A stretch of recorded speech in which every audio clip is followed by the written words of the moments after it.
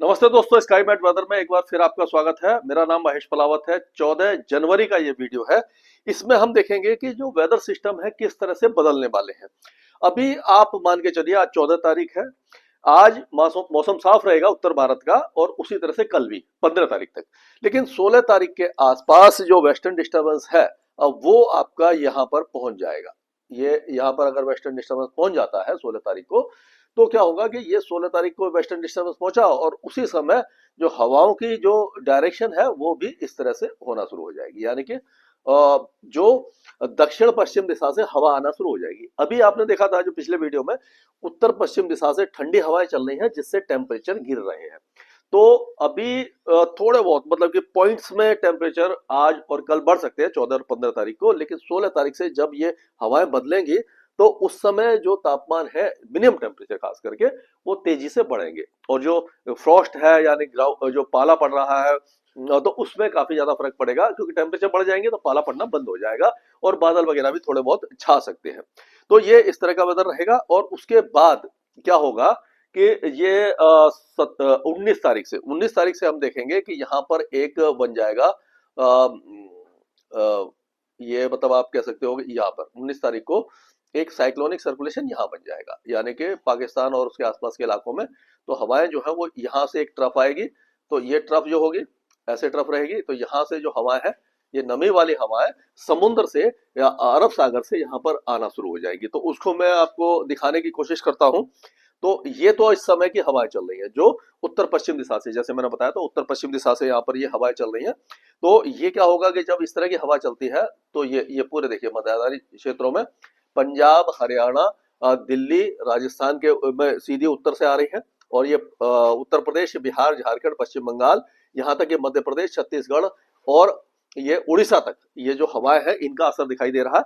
और टेम्परेचर गिर रहे हैं, और अभी गिरेंगे नहीं, मतलब कि रुक जाएंगे, लेकिन क्या होगा कि कोल्ड वेव जैसी कंडीशन अभी बनी रहेगी। लेकिन अगर इसके बाद ये है 14 तारीख का।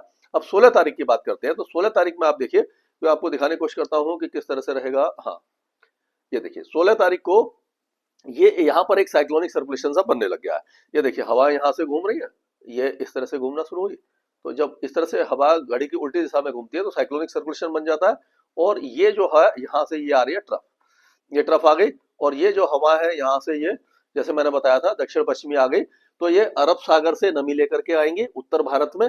तो ये नमी बढ़ जाएगी और यहाँ पर एक वेस्टर्न डिस्टर्बेंस होगा पहाड़ों पर ऊपर। ये जो है यहाँ पर आप मान के चलिए ये वेस्टर्न डिस्टर्बेंस आ गया। तो वेस्टर्न डिस्टर्बेंस, साइक्लोनिक सर्कुलेशन, इन सब के प्रभाव से क्या होगा कि 16 तारीख से पहाड़ों पर स्नोफॉल शुरू हो जाएगा। और पाकिस्तान के उत्तरी इलाकों में, पंजाब वगैरह में भी बारिश की गतिविधियां शुरू हो सकती है।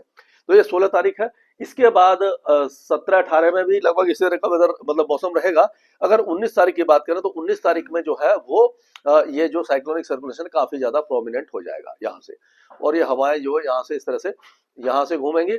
और ये देखिए ये बंगाल की खाड़ी से भी हवा आ रही होगी। तो ये दोनों समुद्रों से, ये बंगाल की खाड़ी से इधर से घूम के आएगी, इधर से यहाँ से आएगी। तो क्या होगा कि उत्तर भारत में बारिश की गतिविधियां माफ कीजिएगा, उत्तर भारत बारिश की गतिविधियां शुरू हो जाएंगी और पहाड़ों पर स्नोफॉल ज्यादा उग्र हो जाएगा। ये 19 तारीख की बात बता रहा हूं मैं। अगर 20, 21 और 22 तारीख की बात करें तो 20 और 21 तारीख से ये जो मॉइस्चर है यहाँ से और ज्यादा तेजी से फीड होगा। और धीरे धीरे पंजाब, हरियाणा, दिल्ली, पश्चिमी उत्तर प्रदेश, राजस्थान और उत्तरी मध्य प्रदेश में 20-21 तारीख से 22-23 तारीख के बीच में बारिश काफी ज्यादा अच्छी हो सकती है। ओले भी गिर सकते हैं कुछ इलाकों में। और ये जो बारिश की गतिविधियां हैं ये मैदानी भागों के लिए अच्छी रहेगी, रबी की फसल के लिए अच्छी रहेगी। लेकिन अगर ओले गिर जाते हैं तो थोड़ा बहुत नुकसान हो सकता है, लेकिन बहुत ज्यादा चांसेस नहीं है ओले के। अभी देखते हैं उस समय क्या होगा। लेकिन ये मान के चलिए कि पहाड़ों पर इस बार जो वेस्टर्न डिस्टर्बेंस है वो उत्तराखंड तक आपको स्नोफॉल दे सकता है। उत्तराखंड का मौसम अभी तक सूखा पड़ा हुआ था। और सबसे अच्छी बात यह है कि जो कुल्लू, मनाली, शिमला, जहां पर स्नोफॉल नहीं हो रहा था, तो आप 19-20 के आसपास जाकर के वहां जाएंगे तो आप मान के चलिए कि उस जगह पर भी स्नोफॉल हो जाएगा। हो सकता है कि नैनीताल और जो मसूरी है, मुक्तेश्वर है, यहाँ पर भी, यानी नैनीताल के जो पहाड़ है उस पे भी स्नोफॉल आपको दिखाई देगा। माता वैष्णो देवी के आसपास के इलाकों में भी बर्फबारी होगी। यानी जो बर्फबारी का इंतजार कई दिनों से था, यानी पूरे सीजन में अभी तक जहां पर नहीं हुई थी वहां पर भी स्नोफॉल की चांसेस दिखाई दे रहे हैं। लगातार दो वेस्टर्न डिस्टर्बेंस काफी स्ट्रॉन्ग है और सबसे अच्छी बात यह है कि ये दोनों समुद्रों से जो इंटरेक्शन होगा, अब जो नमी वाली हवाएं आएंगी वो उत्तर भारत में बारिश देगी और वेस्टर्न डिस्टर्बेंस को और ज्यादा मजबूत कर देगी। ये एक बड़ा वाला आप कह सकते हो कि एक इंडिकेशन आपको दिखाई दे रहा है। ये 16 तारीख का है। 16 तारीख से शुरू हो जाएगी, 17-18 में 19-20 में धीरे धीरे और ज्यादा इसकी एक्टिविटी बढ़ती जाएगी। तो अब अगर हम एक बार जल्दी से पूरे उस पर नजर डाल लेते हैं तो 16 तारीख को यहाँ पर बारिश शुरू हो जाएगी गिलगित बाल्टिस्तान, मुजफ्फराबाद, लद्दाख और जम्मू कश्मीर में। और 17, 18, 19, 20 को ये बारिश की गतिविधियां और स्नोफॉल बढ़ना शुरू हो जाएगा, जो 22 या 23 तारीख तक लगातार यहाँ पर बर्फबारी होगी। और इस बार जो बर्फबारी होगी वो झमाझम होगी, बहुत ज्यादा अच्छी होगी। अगर हिमाचल की बात करें तो आपने देखा होगा कि जो कुल्लू मनाली, ये कुल्लू मनाली हमीरपुर, ये जो इलाके कुल्लू मनाली खास करके और धौलाधार हिल्स में ये बहुत ज्यादा स्नोफॉल नहीं हुआ। लाहौल स्पीति वगैरह, चंबा वगैरह में भी स्नोफॉल हो जाएगा। धर्मशाला और उसके आसपास के इलाकों में अच्छी बारिश की संभावना दिखाई दे रही है, जो आपकी 19 तारीख से शुरू हो सकती है और 22 या 23 तारीख तक चल सकती है।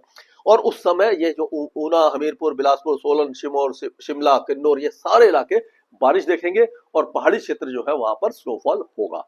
और उत्तराखंड की बात करें तो जो उत्तरकाशी, बद्रीनाथ, केदारनाथ, रुद्रप्रयाग, ये जो इलाके हैं जहां पर स्नोफॉल अभी तक नहीं हुआ है वहां पर भी स्नोफॉल हो जाएगा।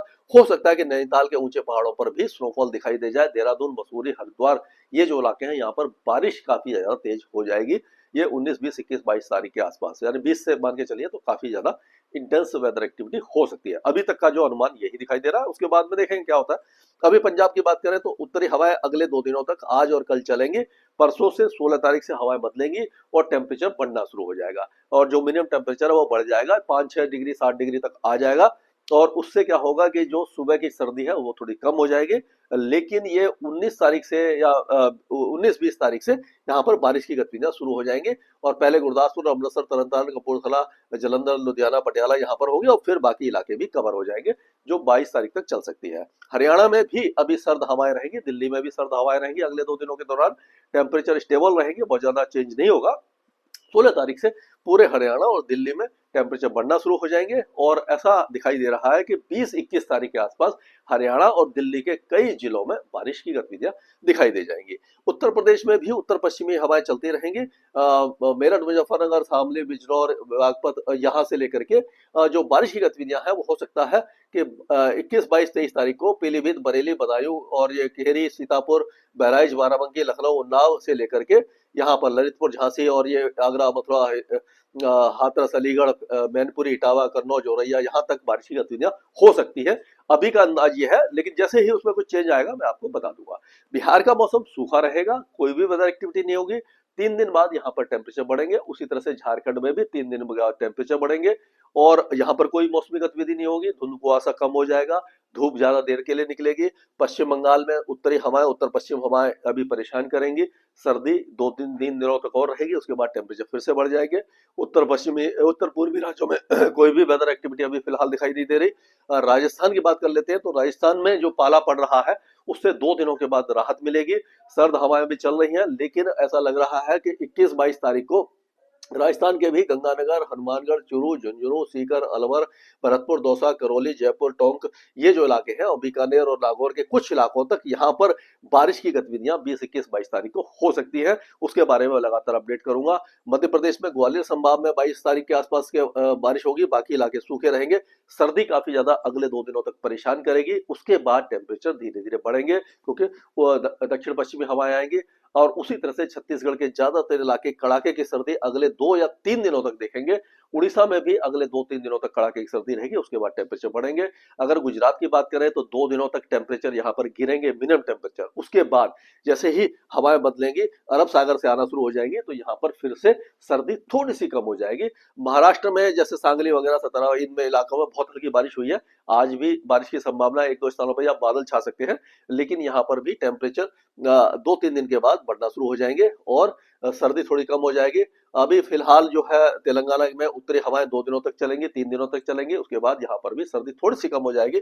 आंध्र प्रदेश का मौसम सूखा रहेगा, कर्नाटक का सूखा रहेगा, केरल में बहुत हल्की बारिश की गतिविधियां दक्षिणी इलाकों में रहेगी और तमिलनाडु के भी दक्षिणी इलाकों में आज बारिश है, कल से मौसम यहाँ पर भी साफ हो जाएगा। लक्षद्वीप में भी 24 घंटे के बाद मौसम साफ हो जाएगा और अंडमान और निकोबार देशों में कोई भी बारिश की संभावना अभी फिलहाल दिखाई नहीं दे रही है।